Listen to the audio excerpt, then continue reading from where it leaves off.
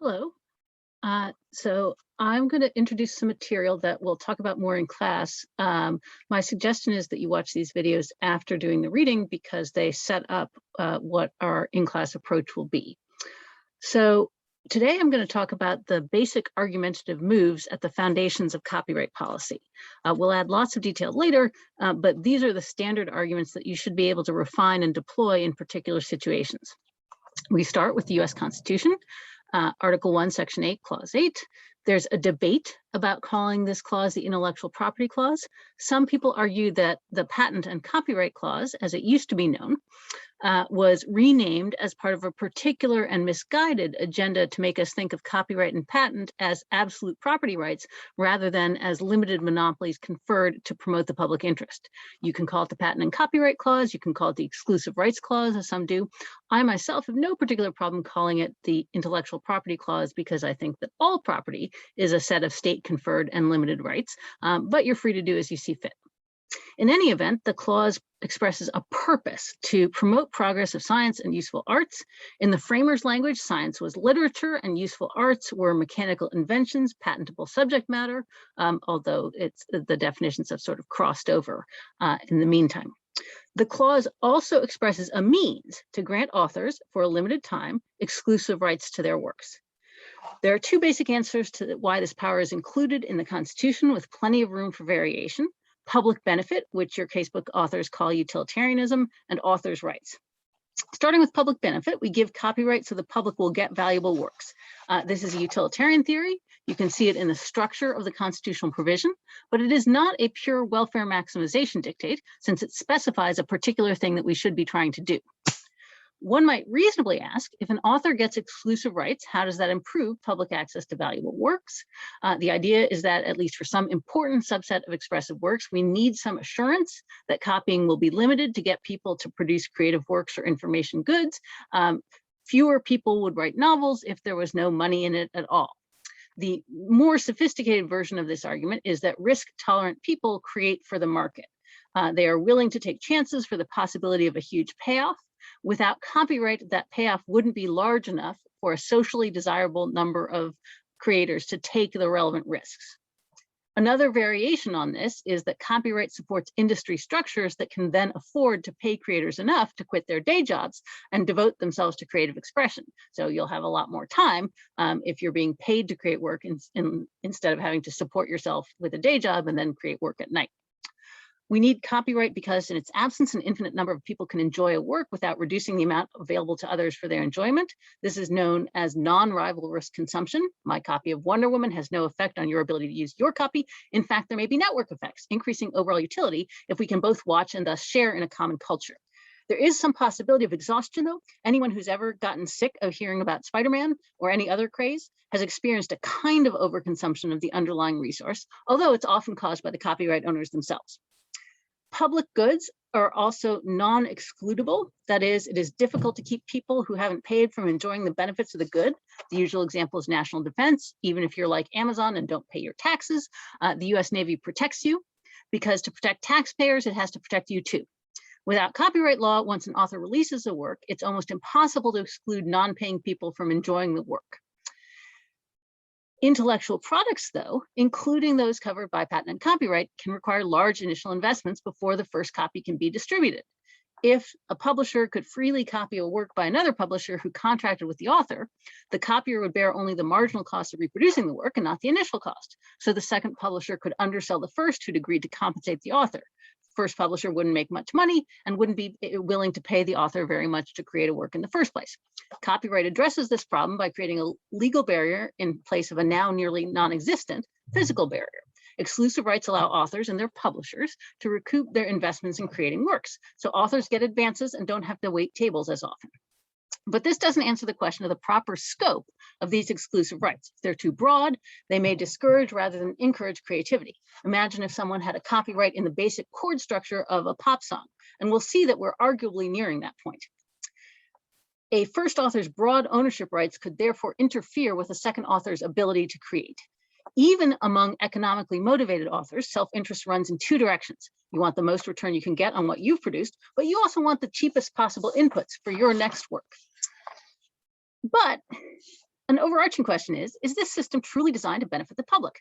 Copyright makes Tom Clancy and Stephen King millionaires, while Nelson Mandela's autobiography and works by the brilliant Nobel-winning researchers Kahneman and Tversky produce a few $1,000s in royalties every year.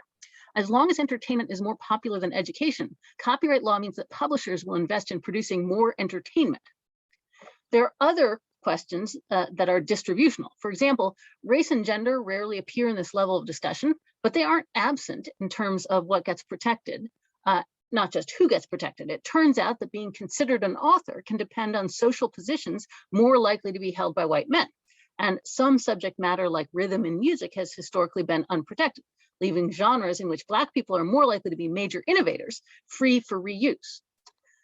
So when we're being utilitarians, we need to keep these things in mind. And also we need to remember that we're not looking for perfection. In order for publishers to be willing to invest in production costs, they don't need to be guaranteed that nobody will make any illicit copies of their works ever. They need to be confident that copying will be limited enough that they can still make a profit. Thus, as long as Americans and Europeans are paying for Black Panther, the fact that the movie is available to hundreds of millions of people in many other countries who pay a small amount to pirates and to the copyright owners won't itself stop the studio from making the sequel. Moreover, there are several ways to limit copying that don't require copyright. First, there's physical difficulty. Physical difficulty interacts with social norms in interesting ways.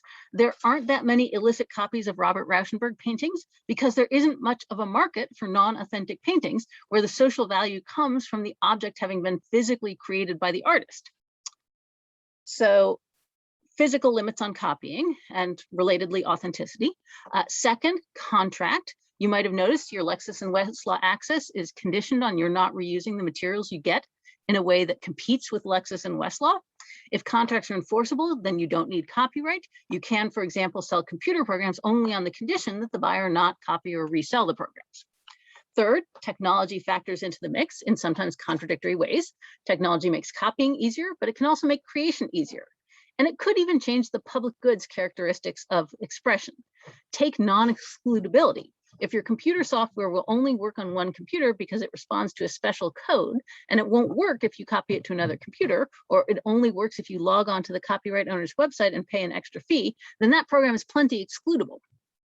So the economic incentives of publishers depend on a combination of things. And Trotter Hardy puts it this way: copyright law is just one slice of the pie, and it's the size of the whole pie, not the size of the slice, that determines publishers' incentives. Different kinds of products may pay more attention to different slices of the pie. A novel would have different configurations from a computer operating system. In particular, anything whose value comes from what audiences perceive directly as humans is subject to what copyright owners charmingly call the analog whole. A person who has paid for access can probably make a decent copy by recording her own experience. A question that we will consider in class is, other than economic returns from copyright, technology, and contract, why do people create expressive works? If those motivations go into the pie, that may or may not change our analysis, depending on how rules designed to stimulate creation through legal rights affect other incentives to create. We might even harm one incentive by creating a different incentive. It's also probably worth considering the public slice of the pie, the rights we don't want authors or publishers to have, such as rights against any unauthorized quotation or rights against negative reviews. One of the recurring problems with expanding copyright or contract law to keep up with technological changes that shrink technical barriers to copying is that expansion of copyright or contract often threatens to cut into the public slice. We may particularly also want to separate incentives for publishing and distribution from the original author's incentives. Maybe copyright makes the most sense for publishers and distributors, but the publisher-centric perspective directly contradicts the second reason that we might grant exclusive rights, which is personality or natural rights theory. That theory starts with the premise that people have the right to control intensely personal aspects of their lives. In this theory, expression of one's intellect is one of the most intensely personal aspects of all. Indeed, it is one thing that makes us distinctively human. Therefore, the author has the right to control where, when, and how her expression will appear. Authors' rights is the dominant theme of French copyright and appears fairly often in the rhetoric of US cases. European law protects this moral interest directly, while US law does so spottily and indirectly mostly. In copyright laws based on moral rights theories, there are fewer exceptions, there's less balancing of interests, and fewer formalities, a term describing special measures you might have to take to assert copyright. One's theory of copyright affects both the justification for copyright and its appropriate contours. For example, a moral rights view might lead you to give less protection to facts than the utilitarian incentives view. It takes investment to identify and disseminate facts, and so incentive theory might give you reason to create property rights in facts or assemblies of facts, but usually we think that a historian has very little personal moral claim on what she discovers in the historical record. The Lockean variant of moral rights is relatively popular in the US. When a person mixes his or her labor with something in the state of nature or in the public domain, that mixture becomes private property. There is an important limitation on the Lockean version of moral rights, according to many interpretations. You get private property at least where there is enough and as good left for others. As long as another author can go out and create something without using the first author's private property, the second author has no right to borrow from the first. Locke's view also implies some kind of desert for effort expended, even if that's minimal effort. The continental European view is more about the inherent dignity of personhood, an inherent link between a person and her writing. One does not need to earn the right to be an author in the dignity-focused view. My hair is not mine because of labor. It's mine even if I woke up like this. I don't need a justification for my ownership, but you need a justification to interfere with it without my consent. An artistic work is the same, only more so, on this variant of moral rights, often associated with Hegel. Locke's view allows one to bring in many of the utilitarian justifications for copyright. Protection benefits the public and overcomes the public goods problem, but rewards creators for the value of their work. Some people take from Locke the argument that authors should enjoy all the value their work generates. So, for example, a former Register of Copyrights, David Ladd, argued that this was only fair because authors and publishers are risk takers and they should be allowed to charge whatever the market will bear. Of course, given a given legal regime, one can always charge what the market will bear. The question really is how big the law will allow my market to be. For example, we have to decide whether the law will include a right to control translations into a different language, or private performances of a work, or quotations of 100 words or less, copies made when a person creates a reaction video for YouTube. Another point related to the scope of natural rights is that European law tends to see things like rights in sound recordings and filmed performances as lesser. So those are interpretations of a true creator's written or composed work. And so those rights often last for shorter times or are more limited than rights in things like novels and musical compositions. So in those systems, rights in performances are often called related rights rather than copyrights. The US, on the other hand, treats movies and sound recordings like novels. They are protected by copyright, and the justification is the same. Public benefit as a pure economic incentive system and authorial rights as just desert are the main movers in US law, but there is an ever-shifting balance between them. Some people attribute this to the increasing internationalization of copyright law. The US has added a bunch of rights that it didn't formally confer.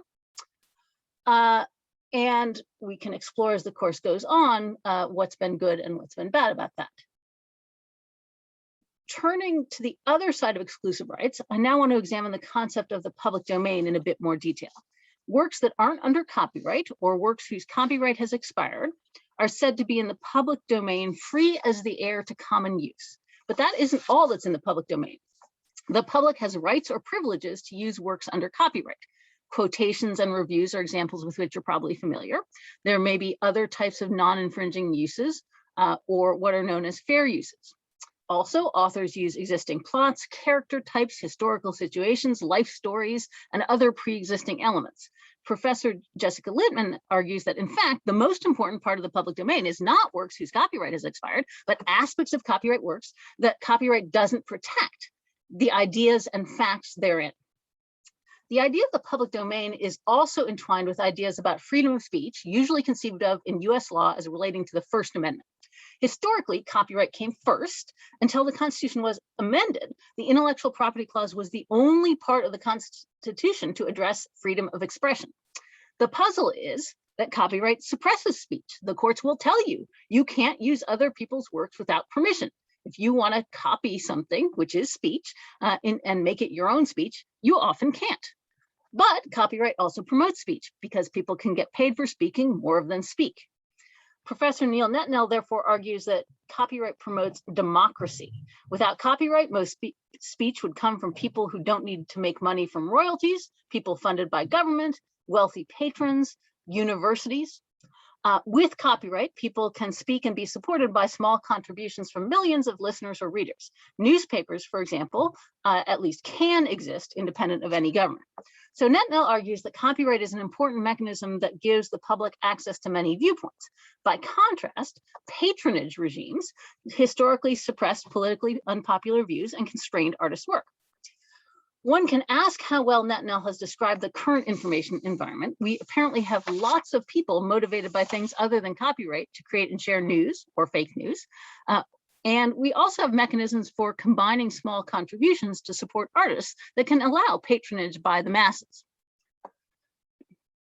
In addition, there are other views of copying, and I'm just going to mention one. It's been argued that Chinese culture, for one, historically took a very different attitude towards copying. In a book with the wonderful title, "To Steal a Book is an Elegant Offense," Professor William Alford argues that Chinese culture looked at copying as not just a way to show knowledge of the past or technical expertise, although they are that, but importantly, to show that the copier understood and was committed to civilization itself, as expressed in its literary wisdom and art forms.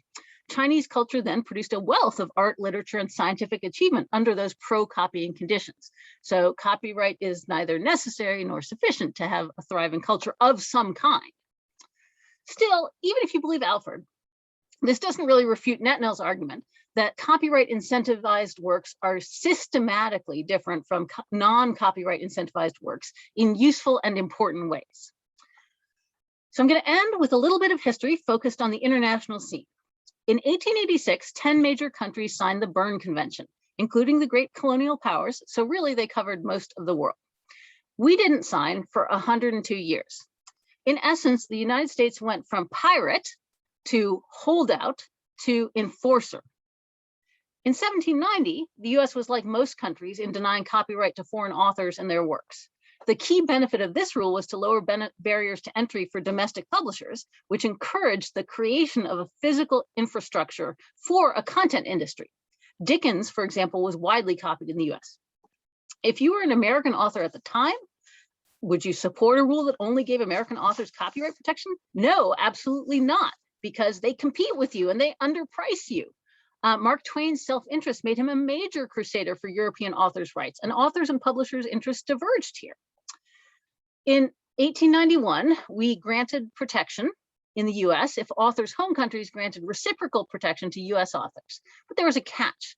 The work to be protected had to be produced in the United States. So the printing would have to be done in the US. This is the manufacturing clause of US copyright law. It lasted until 1986. Why didn't we join Berne? Here are some reasons. Berne required a lot of protection substantively, including of works that we hadn't historically protected, for example, architecture. And it also required some rights, specifically moral rights, that we didn't have. It limited exceptions and arguably threw fair use doctrine in America into doubt, although we said when we adopted Berne that it was fine. We also previously had a desire to maintain formalities. Registration with the Copyright Office and putting notice on the work itself used to be required before a copyright claim could be brought. We'll talk more about this, but the old US idea was that authors who wanted the strong rights conferred by copyright should have to do something to signal to the world that they wanted those rights.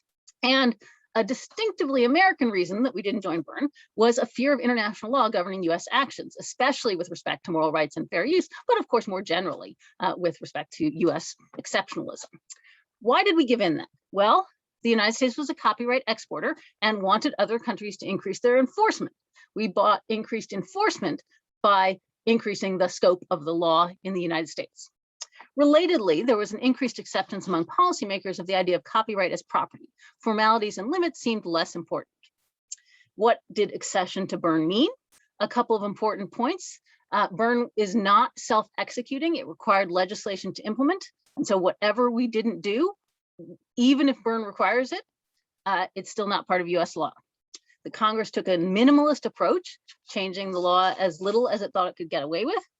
So for example, for United States works, registration is still required before you can sue for infringement, because Berne only requires us to treat foreign authors without formalities.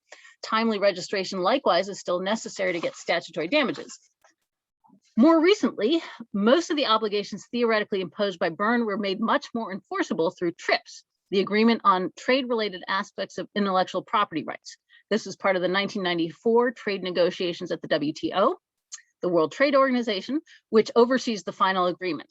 Joining the WTO and thus getting access to extensive trade benefits, including things like limits on agricultural tariffs, which is very important to nations that export a lot of agricultural products, that requires accepting all the agreements, including TRIPS. So here, we bought greater intellectual property protection around the world by giving concessions on other non-IP related trade issues. TRIPS requires minimum universal substantive standards for the protection of intellectual property. For copyright, TRIPS basically adopted the requirements of Berne, but there are key differences. First, TRIPS does not require any protection for moral rights. This reflects the strength of the United States in negotiating TRIPS.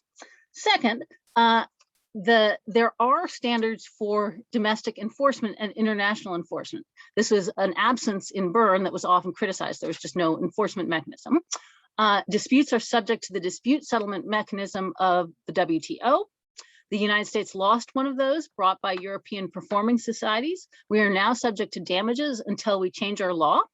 The damages are $1.1 million per year to the EC. Congress passed a law authorizing compensation for the EC in April 2003, but never appropriated the money for it. As far as anyone I talked to know, we've ignored it ever since.